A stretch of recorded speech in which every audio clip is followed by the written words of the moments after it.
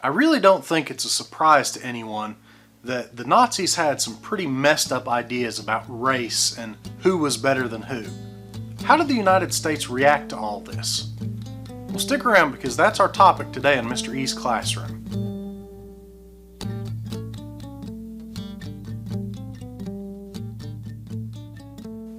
Hey ladies and gentlemen, Mr. E here.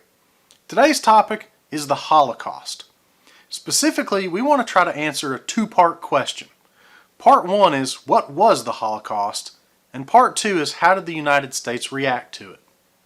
Grab your pencil and paper, get ready to take some notes. Hopefully by the end of this video you'll have an answer for both those questions. To dive right in, let's go ahead and define what the Holocaust was.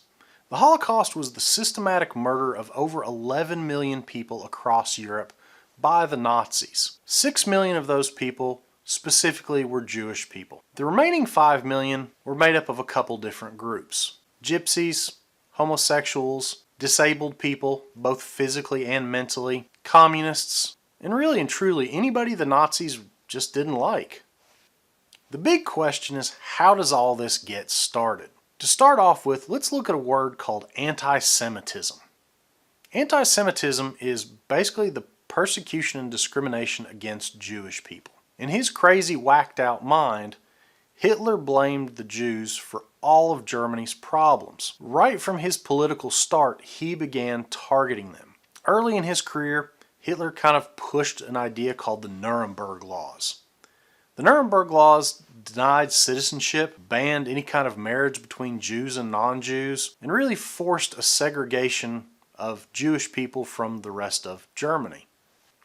Fast forward a couple of years, and we have an incident known as Kristallnacht. Translated from the German, it means Night of the Broken Glass.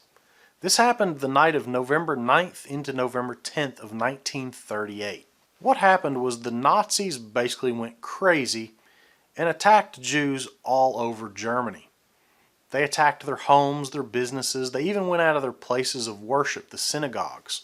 Over the course of this night, roughly 200 Jewish people were killed, 600 were severely injured, and almost 30,000 were arrested, most of them for trying to protect their own property that was being destroyed. As you can imagine, if you were one of these Jews, this incident would make you incredibly nervous to remain in Germany. In fact, a lot of the Jews were forced to flee from their own homes. Unfortunately, there weren't a lot of options of places for them to go to. Many of the surrounding countries couldn't accept all these refugees trying to flee simply because of the state of the world's economy. Remember that the Great Depression devastated everywhere. And when you can barely take care of the people that you have, it's really hard to accept more people. To give you a little idea of just how crazy the Nazis were, here's a quote from the German foreign minister about the refugee situation in Europe with these Jewish refugees. And remember, the foreign minister is the guy whose job it is to interact with other countries. Here's how he interpreted this situation.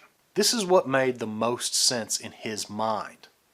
He said of the Jewish refugees, "We all want to get rid of our Jews. The difficulty is that no country wishes to receive them." Man, talk about an idiot. That doesn't even make sense. But in his mind, the only thing he could assume is the reason these Jewish refugees couldn't go anywhere is because everybody else in Europe hated them. Man, talk about way disconnected from society there. The big question is, how does America react to all this, to these refugees? To its credit, America did accept roughly around 100,000 refugees from Germany and German-speaking countries that were kind of in the same situation. Unfortunately, we were kind of picky about who we let in. Most of the people the United States let in were people that were deemed to be of exceptional merit. A great example is this guy right up here, Mr. Einstein. I think you'd probably agree with me when it comes to exceptional merit, he is way up there.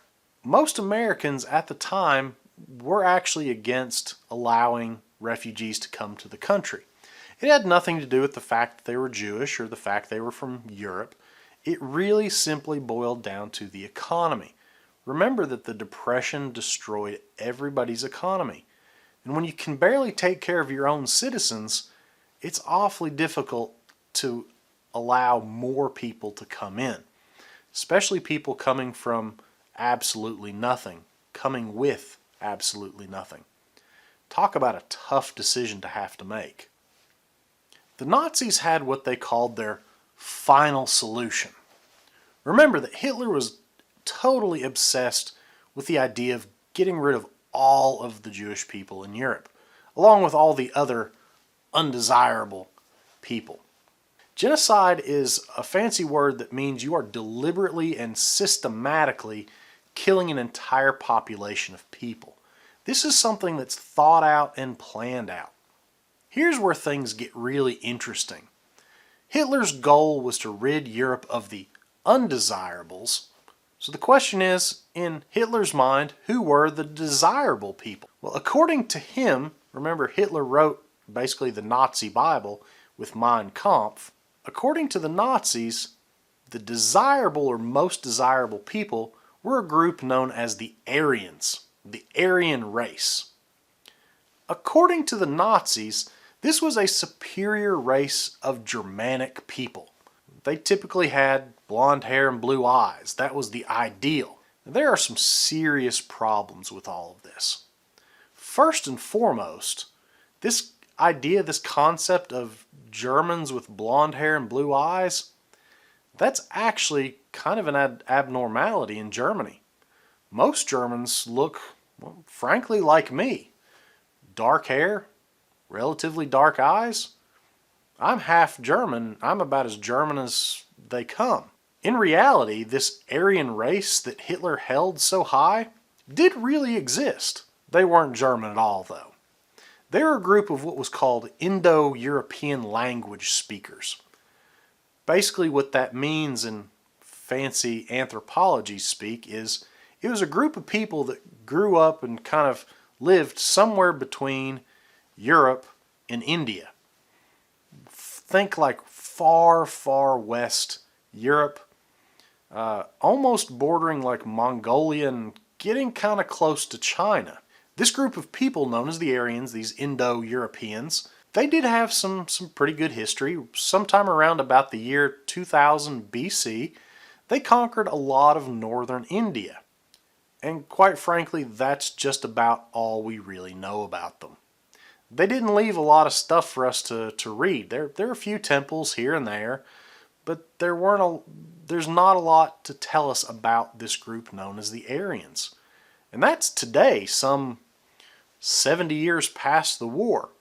Back in the 19-teens and 20s when Hitler was cooking all this stuff up, the Aryans basically only existed in name. Nobody knew anything about them. They were just being discovered.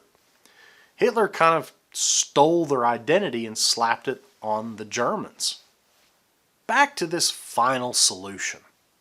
The Nazis' final solution kind of had three phases. Phase one was the ghetto phase. When we think of the term ghetto today, kind of a place that's generally run down and not the best place in the world to want to have to live, kind of gets that reputation because of what the Germans did to mostly Jewish people, but also remember gypsies, some of those other groups. Ghettos were segregated areas of cities that undesirable people were forced to go live in. And once the area was full, the area was more or less totally cut off from the rest of the city. Oftentimes these areas had poor sanitation. There's basically no food to speak of, and when people died, a lot of times their bodies just laid in the street. Nobody'd come by and collect them. Doesn't that sound like a great place to live? Again, this is kind of the first part of the final solution. Let's kind of sweep them under the rug and out of the way.